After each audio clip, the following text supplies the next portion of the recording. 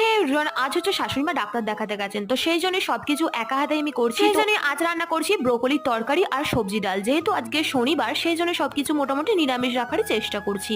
তো যাই হোক, এখানে ব্রোকলির জন্য আলুটা ভেজে নিয়েছি আর সমস্ত সবজিও ভেজে নিয়েছি।